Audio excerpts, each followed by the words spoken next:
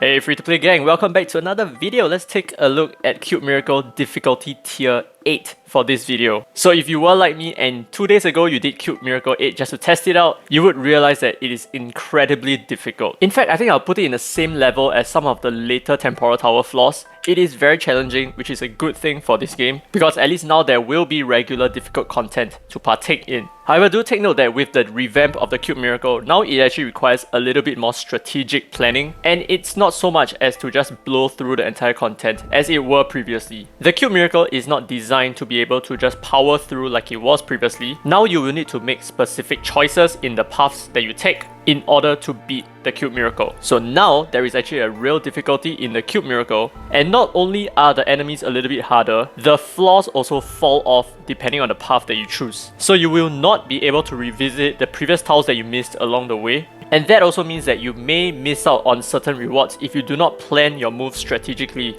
And in addition to all of that, if any one of your Esper dies, it dies permanently. But there will be some ways for you to revive your dead Espers, which are some of the specific nodes that you meet along the way while you're progressing through the Cube Miracle. So this is what the Cube Miracle looks like right now, and you notice that we cannot see everything along the way. We can only see a few paths ahead of us. So you need to make sure that the paths that we choose allow us to visit any of the important tiles that we may encounter within the next 2 steps. And in order to plan our very first move between the first 3 tiles that we can choose, we need to figure out what's the next tile that we want to approach, and we can make that decision by checking out what these 2 runes do and which benefits us the most. So let's start with the one on the left, the Stone Vertex. Rune of Instrumentation, single target ability damage taken by any allied Esper is distributed evenly to the target and the allied Esper with the highest HP. This is a really good rune for the Cube Miracle because there are some strong single target damage dealers such as Lewis and Liling here, who can end your run just by taking out one of your important units. Next, we have the Rune of Mitigation, reduces all allied Espers damage taken by 15%. This is just a very generic damage reduction. And let's take a look at the other rune tile. Rune of Precision increases all allied Espers accuracy by 35%.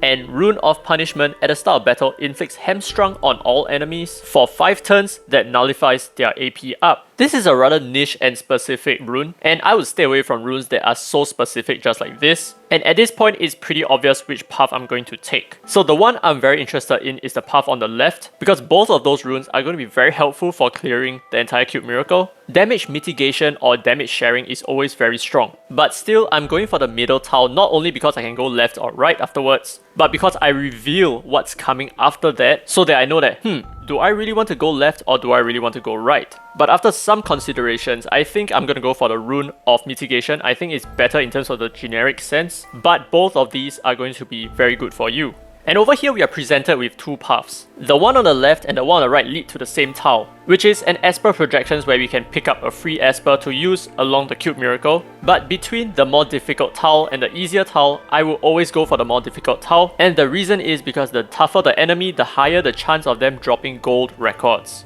And I actually got 2 gold records from the previous Cube Miracle run. So over here, just pick what you need. If you need more backup DPS or you need more backup supports, then that's entirely up to you. But now we are yet presented with 2 more options, 2 different rune tiles. And the first one, we have the Rune of Offerings, which is utterly trash. We should not be expecting any of our units to die. That should not be our strategy moving forward. And not even for the final boss stage where you really don't need your Espers to remain alive afterwards. But I think as a good rule of thumb, you should be playing your best to ensure that your Espers always survive. And the next one is the Rune of Blades. So to me, these 2 runes are possibly the worst runes in the entire Cube Miracle. I would avoid them like the plague in most situations. So let's take a look at the next rune tile. We start off with Rune of Fortune. This is probably one of the best runes that we can find, especially for the early game in the very first stage of the Cube Miracle. A 20% chance to gain another turn means that you have a 20% chance to reduce all your skills cooldown and also land an extra attack or land an extra buff. It is incredibly powerful. And next we have the Storm rune. Allied Espers have a 30% chance of gaining Storm for 1 turn when inflicted with a Disable, nullifying all damage when immobilized. This is a pretty good rune that keeps your team alive, especially when you face enemies such as Pritzer, cause a turn 1 stun is very dangerous for your run. However, we are going to go with the 20% chance to gain another turn. I think that will have slightly more added benefit. So that concludes the first stage. Moving on to the second stage, we are going to do the same thing to take a look at what are the runes along the way.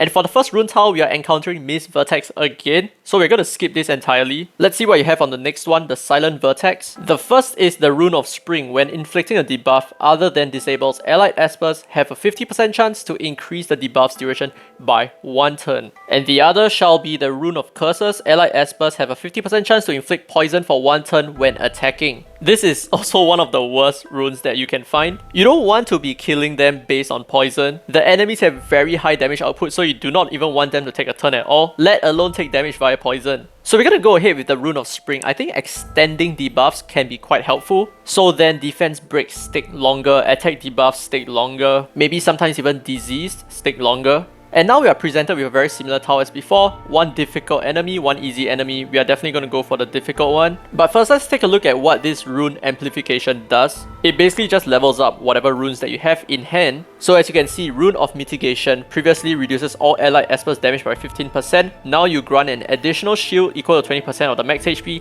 at the start of your turn. This does stack with shield relics, so you can have a very thick shield at the start of your turn. And for the Rune of Fortune, yes, previously we have a 20% chance of gaining another turn, but now in addition to that, we gain a stack of Lucky if this effect is not triggered. So when you do not gain another turn, you gain a stack of Lucky, up to 5 stacks, and each stack gives you 10 speed. But do take note that the stacks do not actually disappear, so you could have potentially plus 50 speed for the entire fight. And finally, for the Rune of Spring, in addition to increasing the debuff duration by 1 turn, now we also reduce the target's buff duration by 1 turn. So I think the best thing for us is to aim for the Rune of Fortune, because that extra 50 speed is really huge. I don't think I need to explain why this is the case, so we're going to work towards that by taking out the difficult enemy tile. And now we have a seemingly rather tricky situation. As you can see, the final 2 tiles near the end of this stage appears to be split and impossible for you to assess without even knowing which tile to go to. It may seem like a gamble from where we are now, but to be honest, this is not a gamble. The ideal tile for you to take right now is to go for the left tile. However, if you really desperately need one of your units back, you may want to go for the right tile just so that you can access the Vital Cloud, and that allows you to revive one of your fallen espers. But we're not going to be too worried about that, because honestly, if one of your espers die, you can then move their relics over to another esper, and they can then partake with the strength of whatever that you had previously. So we are still going to go for the tile on the left, just so that now we know exactly what path to take from here on. So rune number 1, Rune of Flying Plume, removes 1 debuffs before an allied esper's turn. This is very good. This could potentially remove stuns that you have on your espers, so it's a very good mitigation against enemies' Pritzkers. And here we have the Storm Rune again. Like I said, this is a pretty good rune, but between the Flying Plume and the Storm Rune, I think the Flying Plume is still going to be a little bit better for us. Protecting ourselves from stuns, especially since we are running a little bit slower and the enemies are very fast, should be the smarter thing to do. But of course, before that, we need to check out what are the other 2 runes on the other side. The first is the Rune of Instrumentation, we have seen this before, and the next is the Reversal Rune. So when an allied espers take a deadly hit, they gain Reversal, which delays their death by 1 turn. It's kind of like a lousier version than the standoff buff, so we're definitely going to go for the Rune of Flying Plume. I think this is the best choice. And now after one more boss fight, we can then move on to the third stage. So the third stage is no different from the first 2 stages, just play it smart and play it strategically. So let's check out the 2 rune tiles again. First is the Rune of Pursuit. When an allied esper casts a basic ability, they have a 30% chance of summoning an ally to cast a basic attack as well. And the other is the Rune of Tyranny. Single target attacks by allied espers deal splash damage equal to 25% of damage dealt to the main target. So if you're running a lot of single target damage dealers, this can be quite useful, but this is not really the case for me because I am using Lin Xiao and Chloe, and they both predominantly have AoE attacks. So let's see what we have on the other side. We start off with Rune of Vitality. Upon receiving healing, allied espers gain a shield equal to 25% of the healing received for 2 turns. So this is very similar to Clara's passive, except that you do not need to have a HP cap. And the next one is the Rune of Offerings, which is a trash rune. So we're going to go ahead and choose Rune of Pursuit. So whenever one of my support units use a normal attack, the rest of my teammates have a 30% chance to follow up, and that can be potentially very helpful, especially if I'm running a lot of units with special effects on their first skill. But here I realized I made a huge mistake. This is a special situation where you should have gone for the rune tile that you did not want in the first place, because as you can see right here, I can't take the other tile. And that's because I cannot approach the middle tile to access the right rune tile beyond it. So I'm going to have to say goodbye to Rune of Shock Strike and the Rune of Precision. And honestly, the Rune of Shock Strike is pretty good, but there are much better runes than that. So let's see what we are left with, and hopefully fate is kind to us because there are some runes that I have not yet encountered here, but I have encountered them previously, and those are top tier runes. However, the runes that we have now is the Rune of Dauntlessness. Allied Espers deal 0.5% damage per 1% HP lost. Not incredibly good, but the other is just Rune of Assault, which is increasing our attack by just 25%. I guess this is the optimal choice right now. So let's go on with it. So unfortunately, I'm not able to show you here, but there is one rune that sleeps all enemies at the start of the turn. And if you further upgrade it, you then stun every enemy at the start of the turn. That is super OP. Because with that, you do not need to worry about speed. You can always get the first turn. So that rune was the one that I actually wanted, but unfortunately, we're not going to be able to get it in this run because we have already collected all the runes that we can collect. However, I want to show you the power of the Rune of Pursuit. As you can see over here, Gabrielle using her normal skill, and then Lin Xiao follows up and Asenath follows up as well. So we can take a look at it again because Gabrielle actually procced her 20% chance to gain another turn, and you notice that both Hengyue and Asenath actually use their first skill as well. So it's a really good rune, especially if you have units that defense break on their first skill like Berenice, or remove buffs like Asenath and Hengyue.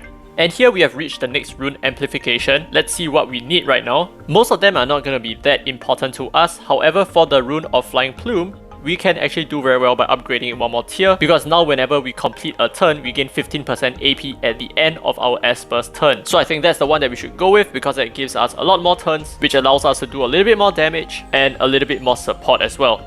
So that's about it for this video. However, there is still one more trick that I want to show you, and I kept it for the end. Not because I'm saving the best for last, but because I kinda don't really want to talk about it too much. It's an exploit, so to speak, but I'm pretty sure the game has it in its design. So let's say, you know, you are participating in a fight and oh man, you are being overrun and you think that you're gonna lose the fight, which means that you're gonna lose all 5 units that you have. What you can do, which is not what I suggest, is you can leave the fight and re-enter the fight. You would not have lost any single one of your units. However, this comes at a cost of 1 single stamina, which is basically the same as any other game mode in this game. As long as you forfeit prematurely, you're gonna lose that 1 stamina, so it is no different over here. But I guess that's it for this video. This is a pretty short guide, I would say, a pretty short guide to the Cube Miracle. I haven't actually covered how to interact with all the enemies and all the different types of enemies that you can face, and the different strategies in dealing with certain groups of enemies as well. So I'm only covering pretty much the basics, even though it has already taken more than 12 minutes. But still, I hope that you found this information useful and that you'd be able to complete the tier 8 of the Cube Miracle with hopefully very little hiccups from here on. And also, there is no shame in doing something easier. If you can't do Cube Miracle 8, if you can't even do Cube Miracle 5, you can always go for something easier. Do something that is well within your reach. Because at the end of the day, the difficulty only increases the chance of you getting special drops like gold records. It doesn't actually give you more rewards. So that'll be it for this video, guys. Thank you so much for watching. I hope you enjoyed it. If you did, don't forget to leave a thumbs up. It really helps the channel. Subscribe for more Dislyte content. And this has been Free to Play, by the way. And as always, I will see you in the next video.